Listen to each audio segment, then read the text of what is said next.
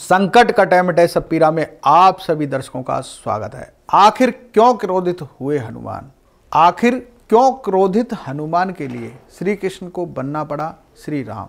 भक्तों, आज जो मैं आपको घटना सुनाने जा रहा हूँ वो उस समय की है जब भगवान श्री कृष्ण को हनुमान जी के भयानक क्रोध को शांत करने के लिए प्रभु श्री राम का रूप धारण करना पड़ा। यही नहीं, श्री कृष्ण जी की पत्नी रुक्मिणी को भी माता सीता बनकर हनुमान जी को अपने दर्शन देने पड़े थे। दरअसल भागवत पुराण के अनुसार यह घटना उस समय की है जब कृष्ण के भाई अपने साहस, पत्नी सत्यभामा अपनी खूबसूरती और कृष्ण जी के वाहन गरुण अपनी शक्ति के नशे में चूर हो गए थे। जब श्री कृष्ण ने यह सब देखा तो उन्होंने उनके घमंड को तोड़ने के लिए एक लीला रची जिसका किसी को भी आभास नहीं था। एक दिन नारद मुनि इंद्र की देव सभा में आए। उनके सम्मान में वहां उपस्थित सभी देवता खड़े हो गए, गरुण को छोड़कर। और दर्शकों, गरुण का यह व्यवहार देखकर इंद्र को अच्छा नहीं लगा। उन्होंने जब इसका कारण गरुण से पूछा तो गरुण ने कहा कि मैं एक शक्तिशाली पक्षी हूँ और मैं ऐसे किसी साधु के सम्मान में खड़ा नहीं हो सकता, केवल इधर उधर भटककर दुनिया भर की बातें बनाता हो। यह सुनकर नारद मुनि को गहरा धक्का लगता है। अगले ही दिन यह बात वो श्री कृष्ण को बताने के लिए उनके महल पहुंच जाते हैं। जैसे ही श्री कृष्ण के नारद मुनि को देखा तो वह तुरंत खड़े हो गए और नारद मुनि के चरणों को धोकर आदरपूर्वक बैठाया। इसके बाद दर्शकों, उन्होंने नारद मुनि से देवलोक के बारे में पूछा। तभी नारद मुनि जी ने कृष्ण को पूरी घटना सुना दी। गरुण के इस व्यवहार पर कृष्ण जी ने नारद मुनि से क्षमा मांगी और उनसे कहा कि वो कृपा करके सत्यभामा को बुलाएं। पहले तो नारद मुनि चौंक गए कि सत्यभामा का इससे क्या लेना देना है, आखिर वो क्यों बुलाएं सत्यभामा को। फिर भी वो सत्यभामा को बुलाने पहुंच जाते हैं, लेकिन सत्यभामा तो अपने श्रृंगार में खोई हुई थी। बार बार वो अपने शीशे में निहार रही थी। अपने आभूषणों की चमक से उन्हें कुछ भी नजर नहीं आ रहा था। तभी नारद मुनि ने उन्हें आवाज़ लगाई, सुनो सत्यभामा, श्री कृष्ण आपको बुला रहे हैं। लेकिन सत्यभामा ने कोई उत्तर नहीं दिया। वह अपनी खूबसूरती में ही खोई रहीं। नारद मुनि को फिर एक बार अपमान का घूंट पीना पड़ा। वो तत्काल श्री कृष्ण के पास गए और पूरी बात बताई। यह सुनकर उन्होंने नारद मुनि से अनुरोध किया कि वो जाएं और केले के जंगल में तपस्या कर रहे हनुमान को बुलाएं।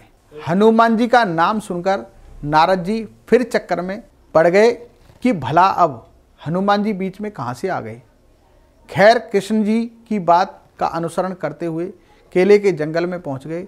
तभी उन्हें हनुमान जी नजर आ गए। वो उनके पास गए और कहा, हे वायुपुत्र, आपको श्री कृष्ण बुला रहे हैं। तपस्या में बाधा पड़ते ही हनुमान जी को बहुत क्रोध आया, परंतु उन्होंने अपने आप को संभाला और फिर से तपस्या में लीन हो गए। लेकिन जैसे ही नारद जी ने हनुमान जी से कहा कि हे वायुपुत्र, आपको कृष्ण बुला रहे हैं, तभी हनुमान जी ने गुस्से में प्रश्न किया, कौन कृष्ण? मैं किसी कृष्ण को नहीं जानता। और यह कहकर वो पुनः ध्यान मग्न हो गए। तब नारद मुनि को ध्यान आया कि हनुमान तो श्री राम के परम भक्त, वो केवल श्री राम की ही पूजा करते हैं और उन्हीं की आज्ञा का पालन करते हैं। राम नाम ही वो दिव्य मंत्र है जो हनुमान जी से कुछ भी करवा सकता है। इसके बाद नारद मुनि राम नाम की ध्वनि गाने लगे।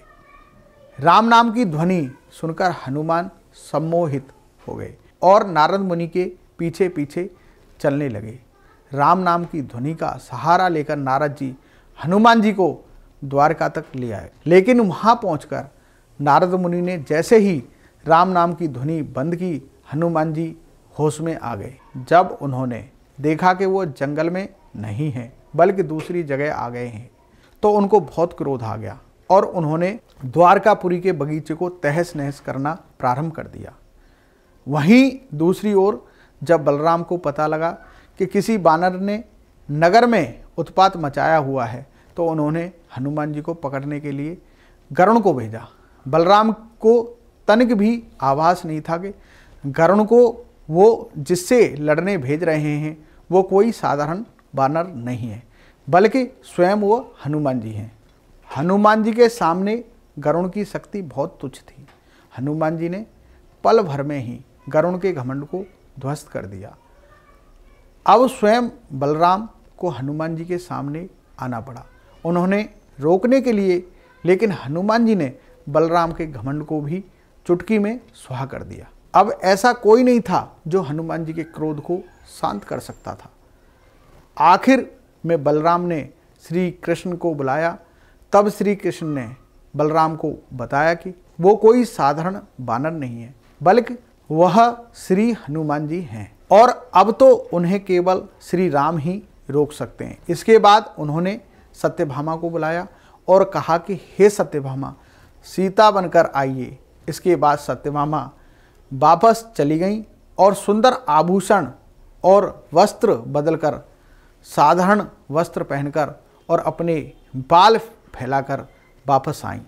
सत्यभामा को लगा कि श्री कृष्ण शायद वनवास वाली सीता को देखकर प्रसन्न हो जाएंगे, लेकिन श्री कृष्ण तो उन्हें देखकर हंसने लगे। उनसे कहा कि मेरे पास सीता बनकर आइए। सत्यभामा को कुछ समझ नहीं आया। वो वापस गईं और फिर खूब सारे आभूषण और बढ़िया सी साड़ी पहनकर आईं। श्री कृष्ण ने उन्हें देखा और जोर जोर से हंसने लगे। हंसते हुए कहा कि आप तो सीता की जगह आभूषण की दुकान बनकर आ गईं। मैंने आपसे सीता बनकर आने के लिए कहा था। यह सुनते ही सत्यभामा का घमंड चूर चूर हो गया। इसके बाद श्री कृष्ण ने रुक्मिणी को आवाज़ लगाई और कहा कि हे रुक्मिणी, सीता बनकर आइए। यह सुनते ही रुक्मिणी श्री कृष्ण के पास भाव विभोर होकर दौड़ती चली आई और अपने पुत्र जैसे हनुमान के बारे में जानकर उनकी आंखों में आंसू झलक आए, क्योंकि हनुमान उन्हें अपनी माता मानते थे। ये देखकर सत्यभामा की आंखें शर्म से नीचे हो गईं। इसके बाद श्री कृष्ण और रुक्मिणी श्री राम और सीता बनकर हनुमान जी के समक्ष गए और जैसे ही हनुमान जी ने श्री राम और माता जानकी को देखा तो बच्चे की तरह रोने लगे और उनके पैरों में गिर गए। श्री राम ने उनसे कहा कि मेरे प्रिय हनुमान, मैं तुमसे मिलने आया हूँ। मैं तुम्हारा त्रेता युग वाला राम हूँ, लेकिन द्वापर युग में मैं केवल कृष्ण हूँ और इस समय मैं तुम्हारे सामने राम और कृष्ण दोनों ही रूप में हूँ। यह सुनकर हनुमान भगवान श्री राम के गले लगकर रोने लगते हैं। तो भक्तों, आपको ये हनुमान जी की कथा कैसी लगी हमें अवश्य बताइएगा।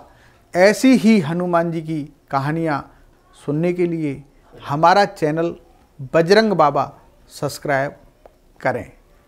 जय श्री बालाजी। बालाजी महाराज आप सबका भला करें, कल्याण करें, आनंद हो आपके जीवन में। जय श्री राम, जय श्री राम, जय श्री राम।